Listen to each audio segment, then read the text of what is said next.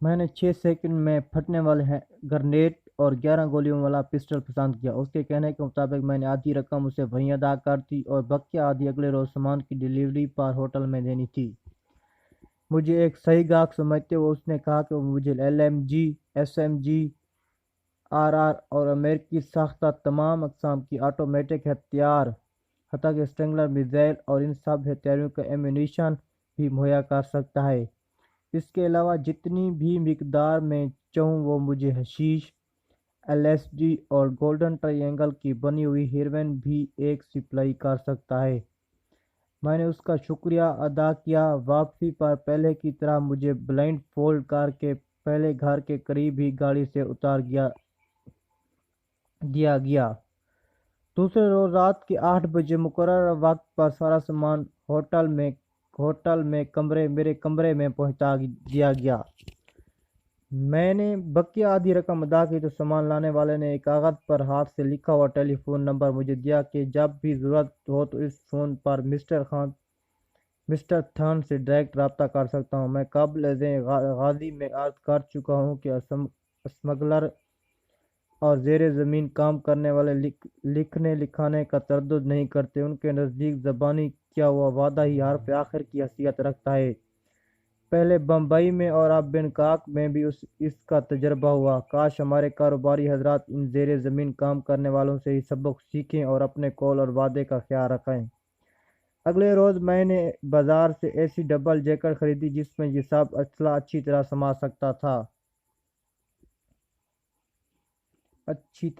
سکتا تھا۔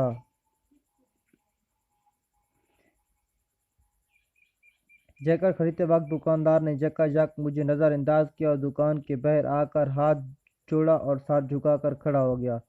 سڑک پر 7-8 گاڑیوں کا ایک قافلہ جا رہا تھا۔ سبھی دکاندار اور سڑک پر چلنے والے تھائی مرد و زن اس طرح ہاتھ جوڑے اور سر جھکائے کھڑے تھے۔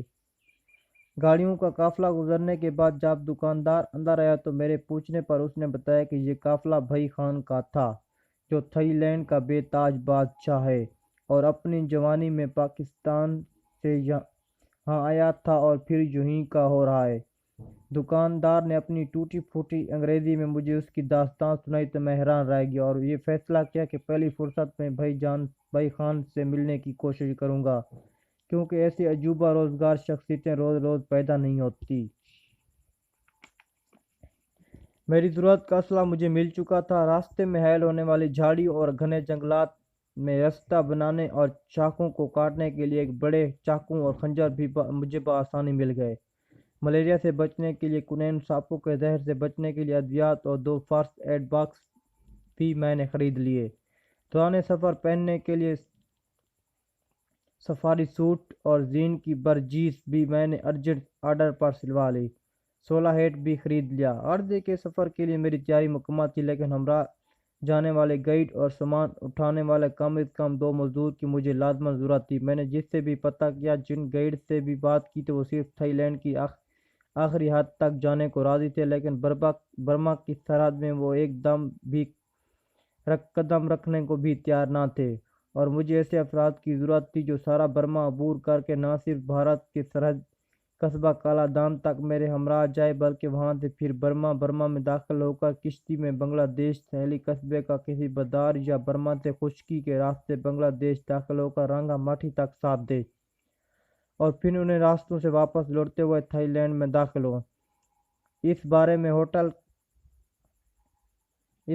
میں ہوٹل کی مالک رانی سے بھی بات کی تو اس نے بھی کہا کہ کوئی تھائی اس سفر میں تمہارا ساتھ نہیں دے گا۔ اگر کوئی تیار ہو بھی گیا تو راستے میں ہی تمہیں لوٹ قتل کر کے بھاگ آئے گا۔ میں ہر طرح سے نا امید ہوئی تھا۔ اچانک مجھے بھائی خان کا خیال آیا۔ میں نے بھائی خان کے متعلق جب معلومات اکٹھی کی وہ ایسی حیرت انگیز تھی کہ میں اس کی شخصیت کے قد کاٹ کے مقابلے میں خود کو محض ایک بونا تصور کرنے لگا۔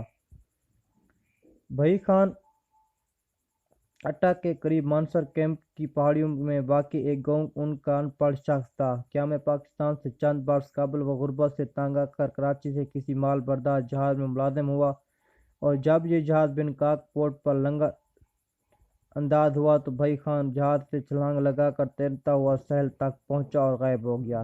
جلدی اسے اسمگلروں کے ایک گروہ میں اس کی بے خوفی اور نڈر پن کی وجہ سے شامل کر لیا گیا۔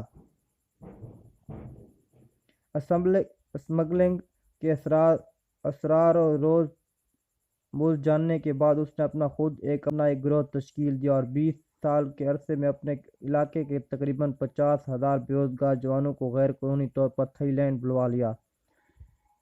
اس کا ہیڈ کوارٹر صابری میں تھا۔ ہر نئے آنے والے کو وہ گوریلا جنگ اور اسلحے چلانے کی تربیت دیتا تھا۔ ہرٹ کے اسمگلنگ کے ساتھ ساتھ اس کے پاس گوریلا جنگ کے لیے 5,000 تربیت یافتہ جوان بھی تیار ہو گئے۔ بھائی خان کی ان سرگرمیوں کی اطلاع ملنے پر تھائی حکومت نے پہلے پولیس بھیجی جو درجنوں لاشیں چھوڑ کر بھاگ آئی، پھر فوجی دستے بھیجے، لیکن اس پہاڑی علاقے میں بھی وہ کچھ کامیابی حاصل نہ کر سکی۔